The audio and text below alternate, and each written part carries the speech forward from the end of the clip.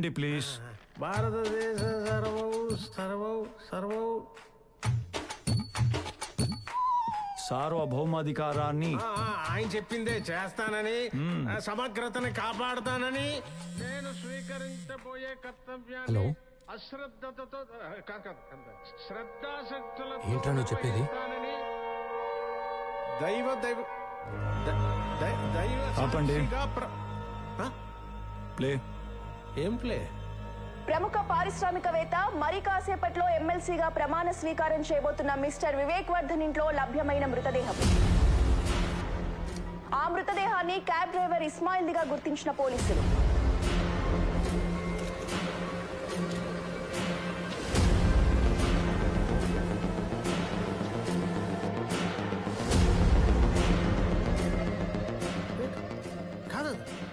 That's your farm house. You should know it, right?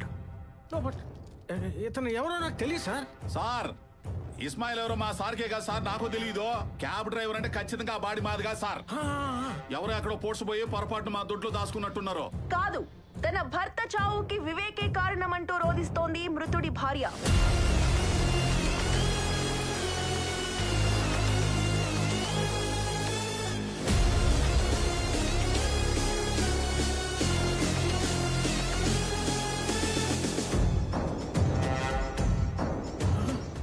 Divakaram, ఎవరితో తెచ్చావురా? అమూల్య ఆ సచ్చినోడికి పెళ్ళం ఎలా ఇద్ది? నువ్వు వెళ్ళడుగు. ఉండి దీన్ని పని చెబుతున్నా. She's your wife, right? ఇదంతా ఏదోలా ఉంది. ముందు ఈ paper. No. Wait. Let her speak. ఆ వివేక్ నా మీద కన్నేసి నా భర్తని కొట్టి చంపి తన్ని పెళ్లి చేసుకోకపోతే నా కూతుర్ని చంపేస్తానని బెదిరించి నన్ను షాదీ చేసుకున్నాడు. లేదు, తను అబద్ధం చెప్తాను సార్. చూడండి, ఆ వివేక్ పిఏ దివాకరం ఫోన్ చేస్తున్నాడు. మీరే వినండి ఏమంటాడో. అమూల్య బొరక వేసుకుని ఏం చేస్తున్నావు అసలు అక్కడ నువ్వు? నేను అమూల్య ఏంట్రా ఎదవా? మేరా నామ్ శైలా బాను, ఇస్మాయిల్ కా బీవీ హూ మే. బీపీఓ ముందు అర్జెంట్ గా అక్కడి నుంచి వచ్చి రా. రాకపోతే ఏం చేస్తారా? రాకపోతే చుట్టు పట్టుకుని ఇడ్చుకొస్తారు మా వాళ్ళు, తెలుసునా? మా సార్ దగ్గర ఉంది మామూలు రౌడీలు అనుకుంటామేమో, కిరాతకులు ఒక్కొక్కళ్ళు. రమ్మంటావా? రమ్మను, నేను ఇక్కడే ఉంటా. నీకు ఆ వివేక్ గాడికి ఉరి శిక్ష పడే వరకు మే ఏ జగ పే బైఠీ హూ. ఏంటే తొక్కలో ఒక శవాన్ని పెట్టుకుని ఓ రెచ్చిపోతున్నావు? అటువంటి 20 శవాలను పూర్తిని చెయ్యిదే. మా సార్ కనుసైగ చేయలే గానీ గడ్డి మేత కోసినట్టు పేకలను కోసి పూడ్చి పెడతా. రేయ్, నీ బెదిరింపులకు భయపడే బేగం కాదురా ఈ శైలాబాను. ఇదిగో బొంబాయి శైలబాను, మర్యాదగా అక్కడి నుంచి రాకపోయావో నైట్ కి మీ ఆయన పూడ్చిన ప్లేస్ లోనే నువ్వు ఉంటావు. సెట్ చేస్తున్నాను సార్, 2 నిమిషాలు ఆగందా. చెప్పు. ఇదిగో మొత్తం పెంట చేసావు. ఏమైందయ్యా ఫోన్ లో సీక్రెట్ గా మాట్లాడుకుంటుంటా? నీ సీక్రెట్ అక్కడ చూడు. చెప్పరా, ఇంకా ఏమేం చేశారో, ఎవరెవరిని చంపారో చెప్పు.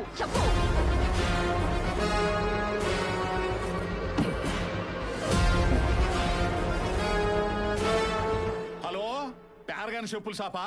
కొండ ఐస్ క్రీమ్ మీద చెర్రీ పండు ఏమైనా ఉందా? గుండె ఐస్ క్రీమ్ ఉందంట, కావాలా? నేను కంప్లీట్ నేను చదివేస్తాను. ఇంటికెళ్ళి చదువుకోండి. ఇంటికెళ్ళి చదువుకో.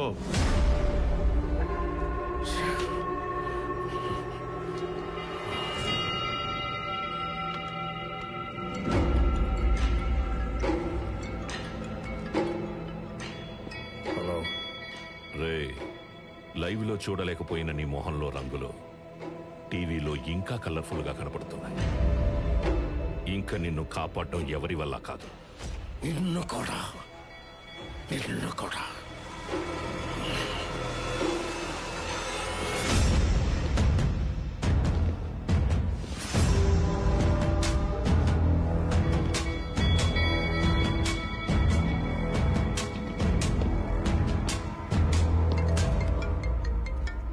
హలో,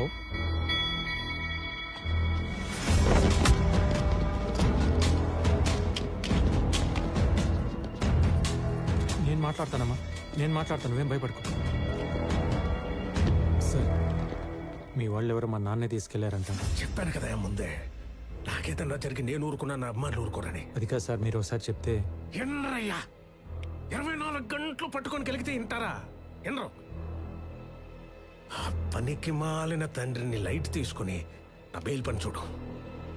కావలసినంత క్యాష్ తీసుకొని ఇమోషన్ తొక్కే. సార్ ఏంటి ఆ క్యాష్ ఏదో అన్నారు కదా, ఒకసారి ఫిగర్ ఎంత ఫైనల్ చేసేసి.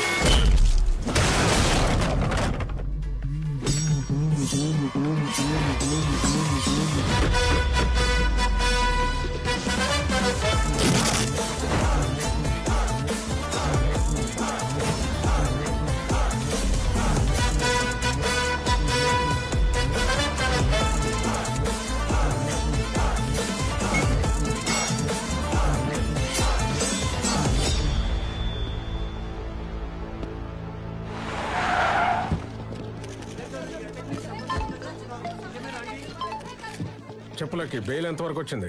చాలా కష్టం సార్. మీ అభిమానులు చేసిన పనికి మిమ్మల్ని బయటికి తీసుకురావటం ఎవ్వడి వల్ల కాదు. అవును సార్, పాపం సిన్సియర్గా లీగల్గా పనిచేసే మనిషిని తీసుకొచ్చి బ్లడ్ బయటకు వచ్చేలా కొట్టారు సార్. ఆ కొడితే కొడితే ఏంటా, నేను మీ మనిషిని కాబట్టి మీరు ఇచ్చిన డబ్బులు తీసుకుని గమ్మునుంటా, కానీ అభిమానులు ఉండరు కదా. నీ అమ్మానులా? అవును సార్, ఈ రేంజ్కి మీకే అభిమానులు ఉంటే మరి నాకు ఉంటారు కదా.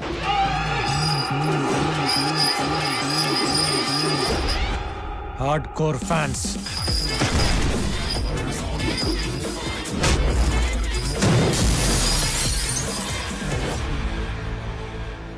మిమ్మల్ని మీ వాళ్ళు ఎలా ఫాలో అవుతుంటారో మా వాళ్ళు కూడా మా నాన్న అలాగే అబ్జర్వ్ చేస్తూ ఉంటారు, సైలెంట్గా.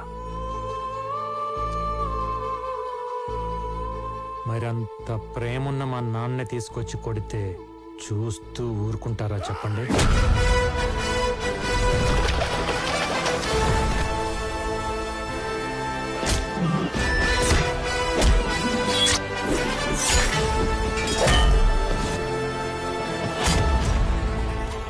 అందులోనూ అభిమానులంటే మీ వాళ్ళలాగా ట్విట్టర్లో ట్విట్లు వేసుకొని ట్రోల్ చేసుకునే సోషల్ మీడియా బ్యాచ్ కాదు సార్. ఆంధ్ర నైజాం సీడెడ్ మాస్కా అమ్మ మొగుళ్ళు. నోట్లో పానేసుకొని షర్ట్ మడత పెట్టి దిగితే కట్అవుట్లు ఇరగాల్సిందే, ఫ్లెక్సీలు చిరగాల్సిందే.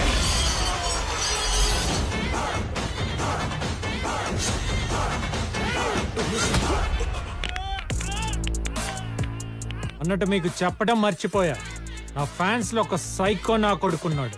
వాడికి మా నానంటే మరీ పిచ్చి.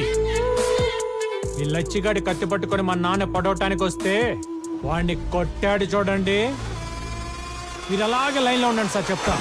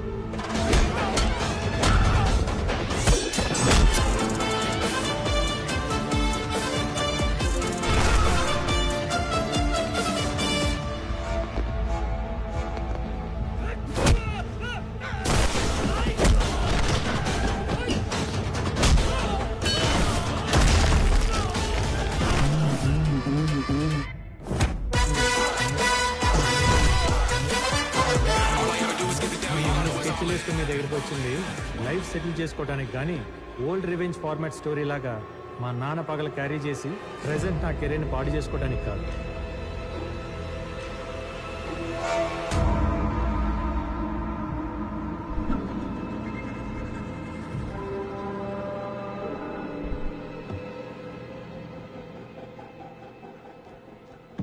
ఏంటి అలా చూస్తున్నావు? వీడికి నాకు ఫ్లాష్ బ్యాక్లో ఫేస్ టు ఫేస్ ఇంత పరిచయం లేదు, ప్రెజెంట్లో పగ పుట్టించేంత గొడవలు లేవు. మరి ఇంత రివర్స్ అయ్యాడు ఏంటనా? మీకే కాదు ఆయనకు కూడా సేమ్ ఫీలింగ్. కన్నా తండ్రిని కూడా చూడకుండా కోర్టులో అందరి ముందు అవమానించి బయటికి తోసేసిన కమర్షియల్ నా కొడుకు ఒంట్లో ఫాదర్ అంటే ఇంత ప్రేమ ఉందా అని, వీటిలో ఇన్ని ఎమోషన్స్ ఉన్నాయా అని. కదనా? నీకు విషయం చెప్పనా, మీ అందరికంటే నాకే ఎమోషన్స్ ఎక్కువ. కానీ అవన్నీ బయటికి కనిపించకుండా పైకి పైసల్ క్యాండిడేట్లా కవర్ చేసుకుంటూ తిరుగుతుంది ఈ డే కోసమే. ఎందుకో చెప్పనా? ఒక 9 ఏళ్ల కుర్రాడికి వాడి తండ్రి తోడుగా నిలబడి వాడి ఫ్యూచర్ గైడ్ చేయాల్సిన టైంలో వాడి తండ్రిని 10 ఏళ్ల పాటు డిప్రెషన్లోకి పంపించి ఆ పిల్లాడి లైఫ్తో ఆడుకున్నందుకు.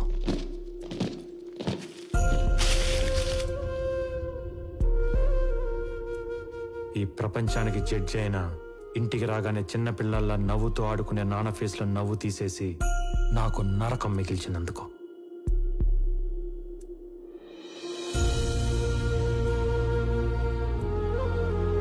రోజు 10 మందికి న్యాయం చేసే మనిషిని కిరాణా షాప్ పెట్టుకొని సామాన్లు మోసుకునే పొజిషన్కి తీసుకొచ్చినందుకు. ఎక్కడికి వెళ్ళినా జడ్జి గారి భారీగా గౌరవించే మా అమ్మని అమూల్య చనిపోయింది మీ ఆయన వల్లనే అంట కదా అని అడిగే ప్రశ్నలకి సమాధానం చెప్పలేక నలుగురిలో అవమానపడిన అమ్మ ఏడుపుకి కారణమైనందుకు.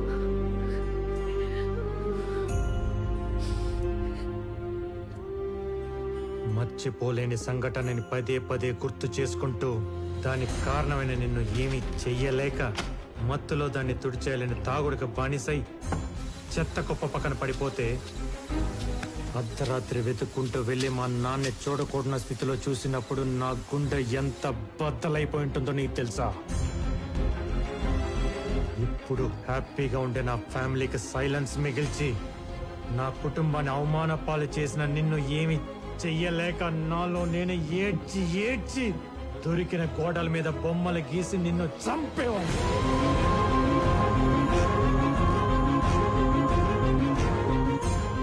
చిన్నతనం గురించి ఎవరికన్నా చెప్పాలంటే కన్నీళ్లు, నిద్రలేని రాత్రులు, ఈ చేత్తో గీసిన చెత్త గీతలు తప్ప ఇంకేం మిగలకుండా చేశావు. స్వీట్ మెమరీగా ఉండాల్సిన నా చైల్డ్హుడ్ని ఒక పెయిన్ఫుల్ ప్యాథటిక్ స్టోరీగా మార్చేశావు. అందుకే జడ్జి గారు అబ్బాయిగా పుట్టినందుకు చేతికి మట్టి అంటకుండా చంపుదాం అనుకున్నా. టైం కోసం వెయిట్ చేశా. शैला बानो వచ్చింది. Opportunity ward. बोलिए बानो जी, क्या चाहिए आपको इस कमर्शियल आदमी से? मैंने अपने हस्बैंड को मार दिया। నీదే తప్పు లేకపోయినా చంపడం అనేది క్రైమే. దానికి ఎంతో కొంత శిక్ష అనేది ఉంటుంది. నీ కూతురుతో నువ్వు లైఫ్ లాంగ్ హ్యాపీగా ఉండేలా ప్లాన్ చేస్తావు. నేను చెప్పినట్టు చెప్పు. అలా శైలా బానుని అమూల్యగా మార్చి దివాకరం ఇంటి ముందు దింపా. అదే రాత్రి బాడీని నీ ఫామ్ హౌస్ కి షిఫ్ట్ చేయించా. తప్పండి మనం పర్మిషన్ తీసుకుని అఫీషియల్ గా చేస్తున్నావా ఏంటి? నీకున్న అమ్మాయిల పిచ్చికి దివాకరం దగ్గర ఉద్యోగం అడిగేలా చేసి నీ దగ్గరికి పంపించా. సార్ అమూల్య నీ చేతే పెళ్లి ప్రపోజల్ పెట్టించి నేను ఒప్పుకున్నాకే ఆ పెళ్లి జరిగేలా చేశా. కానీ ముందు అమ్మాయి కరెక్టో కాదో నేను చెక్ చేయాలి. కంగ్రాట్స్ సార్, నన్ను సెలెక్ట్ చేసిన మీ సెలెక్షన్ తప్పెలా అవుతుంది? మండపంలో ఇష్టం లేని పెళ్లి జరుగుతున్నట్టు మీడియా ముందు కలరింగ్ ఇప్పించా. ఫస్ట్ డే శోభనానికి రెడీ అయిన నిన్ను మా నాన్న వీడియో ప్లే చేయించి డైవర్ట్ చేశా. ఇంకేంకమ్మో అవుట్ అయిపోయింది అక్కడ.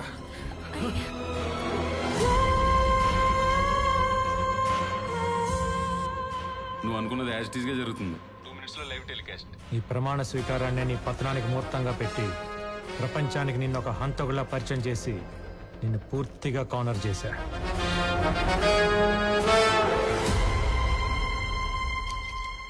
అబ్బా అదిరిపోయింది. డైరెక్ట్గా క్రైములు చేస్తేనే రివెంజ్లకి అంత సీన్ ఇవ్వను. అలాంటిది నీ బాల్యాన్ని నేనేదో పాడు చేసేసాను నువ్వు ఫీల్ అయ్యి, నేను చెయ్యని మాటలకి చేశానని నా మీద రుద్దేసినంత మాత్రాన నీ పగలు ప్రతీకారాలు తీరతాయి అనుకున్నావా? ఇది ఇండియా నాన్న. ఇక్కడ శిక్షలు పడాలంటే తరాలు మారాలి. ఒరే వీరయ్య, గేదెలు కాసుకునే నీ బుర్ర ఇంతవరకే ఆలోచిస్తుందని నాకు తెలీదా? ఇన్నాళ్ళు కోర్టును అడ్డం పెట్టుకుని కామెడీలు చేస్తుంటే దాని పొటెన్షియాలిటీ తెలియట్లా నీకు? లాలో మెలకపడి మెడక బిగుసుకుంటే గిల్ల గిల్ల గిల్ల గిల్ల కొట్టుకోవాల్సింది ఎవడైనా. నీకు చేతనైతే దమ్ముంటే ఈ నాలెడ్జ్, డబ్బు, పేరు, పలుకుబడి వాడుకొని చెయ్యని నేరానికి పడబోయే శిక్ష నుండి నిన్ను నువ్వు కాపాడుకో చూద్దాం. దా.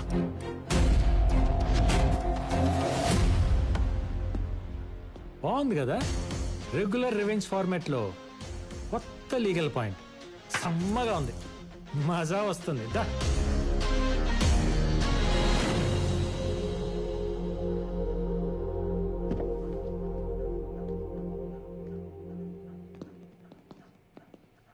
సార్, కొత్త లాయరం వచ్చింది, బెయిల్ కూడా తెచ్చింది.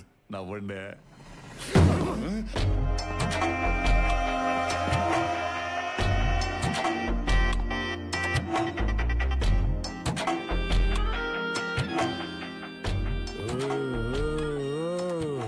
ఏందా సౌండ్? మడిసి అన్నాక కుసింత కళాపోసన ఉండాలని డాడీ అంటుండేవారు. లేకపోతే మడిసికి గుడ్డికి తేడా ఎటు ఉంటుందని. ఆయన అన్న ఆ మాటను పట్టుకుని కనపడిన దాన్నల్లా కళాపోషణ చేసి చేసి చివరికి ఒక ఆవిడ పెట్టిన కేసులో ఇరుక్కుని లాయర్ని గెలవడానికి వచ్చినాం. ఇప్పుడు ఆవిడనే గెలిగితే ఇలా కూడా మిగలవు సామే. లాయరా?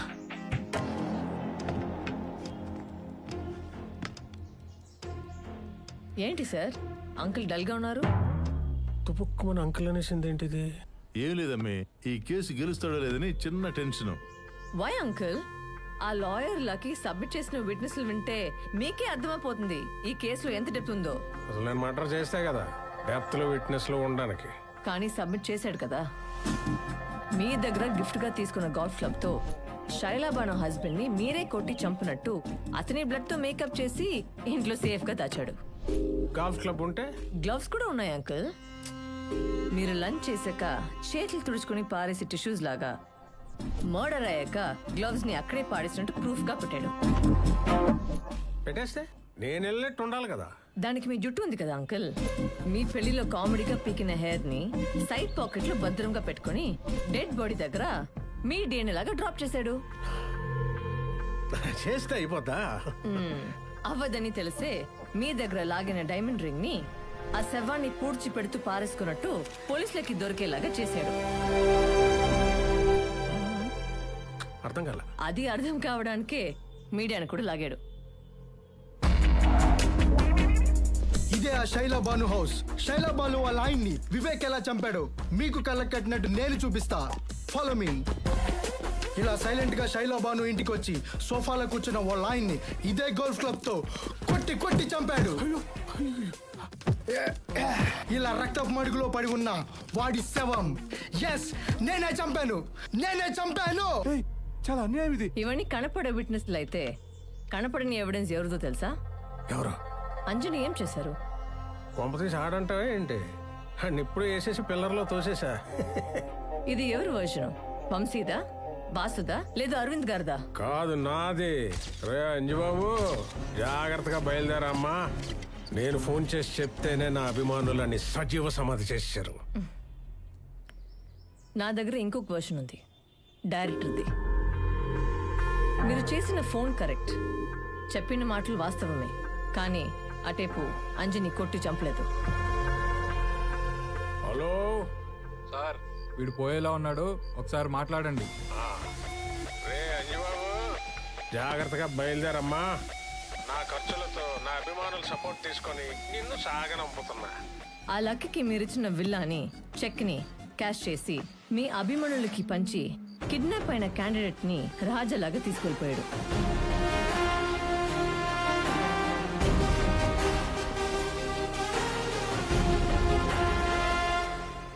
మీ దగ్గర నేర్చుకున్న కమర్షియల్ సిద్ధాంతాన్ని మీ దగ్గరే అప్లై చేసి తను గ్యాదర్ చేసిన మొత్తం విట్నెస్లతో సహా అంజుని తీసుకెళ్లి చీఫ్ జస్టిస్ దగ్గర కూర్చోపెట్టాడు.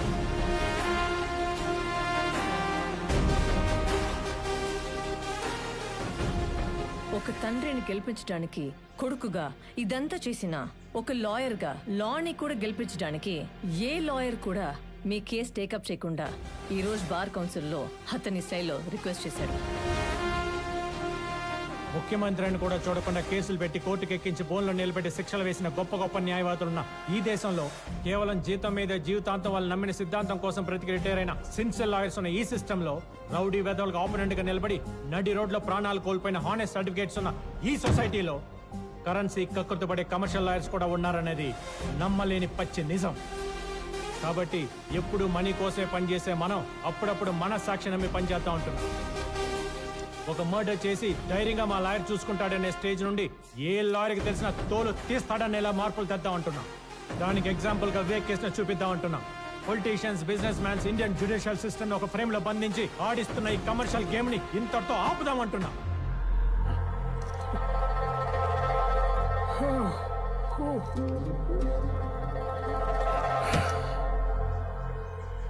అయితే ఇప్పుడు నా వైపు నేను కూడా రాను అంకుల్. ఎందుకంటే మీరు వస్తూనే వంకరగా చూసిన చూపులకి నా వీపు హర్ట్ అయింది. నేను చూసింది వీపు కాదులేమ్మా, ఏదో కారణం చెప్పి మొత్తానికి అందరూ కలిసి నన్ను ఊరికింప ఎక్కించేద్దాం చూస్తున్నారు. నేను చెయ్యను తప్పుకి కాదు, చేసిన పాపానికి 25 ఏళ్ల క్రితం వాళ్ళ నాన్న వేయాల్సిన 6 నెలల జైలు శిక్ష అవన్నీ కలిపి క్యాల్కులేట్ చేసి ఇంట్రెస్ట్ తో పాటు ఇప్పుడు ఊరిగా మారింది. ఒక ఆడపిల్ల ఉసురు తగిలితే ఎంతటి మొగడైనా మట్టిలో కలిసిపోల్సిందే అని కాలం ఎంచుకున్న కథ ఇది.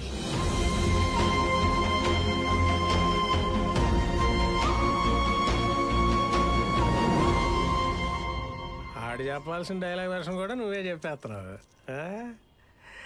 బిగినింగ్ నుండి వీళ్ళను అని చివరికి సిస్టమ్ అంతా ఒక్కడి చేసి ఇప్పుడు ఆడి హీరో అయిపోదాం అనుకుంటే నేను చూస్తూ ఊరుకుంటానా? చచ్చినా ఊరుకోను. బయటకు వచ్చిన ఆడియన్స్ నా పేరు మాత్రమే చెప్పుకోవాలి. గ్రేట్ ఆంధ్ర, తెలుగు 360, తుపాకీ, తెలుగు 1, 2, 3, మిర్చి 9, ఐడిల్ బ్రెయిన్ అందరూ నా గురించి రివ్యూస్ రాసేలా చేస్తా. అంకుల్ అంకుల్ అంకుల్ అంకుల్ ఏదో ఒకసారి మావయ్య అన్నమ్మా. మావయ్య చాలు ఊరుకంబ ఎక్కేస్తాను.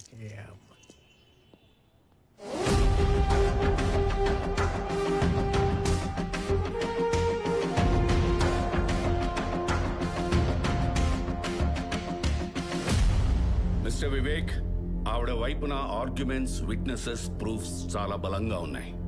మీ తరఫున ఏమైనా ఆర్గ్యుమెంట్స్ ఉంటే please proceed with your lawyers. లాయర్లే ఉంటే నాకు ఈ ఆయాసం ఎందుకండి? అయినా మీరంతా కలిసి ఓ దేవుణ్ణి మంచోడని చెప్పాలా ఏంటి? మీరంతా జస్ట్ నేను సృష్టించిన సమస్త జీవకోటిలో చిన్న పురుగులు. ఇంతకాలం నేను దేవదూతనే అనుకున్నా, కానీ ఇప్పుడే తెలిసింది నేను డైరెక్ట్ గా దేవుణ్ణని, కారణ జన్ముణ్ణని. చూశారుగా నా వెనకాల ఎల్లో లైటు, ఆ ఆరా.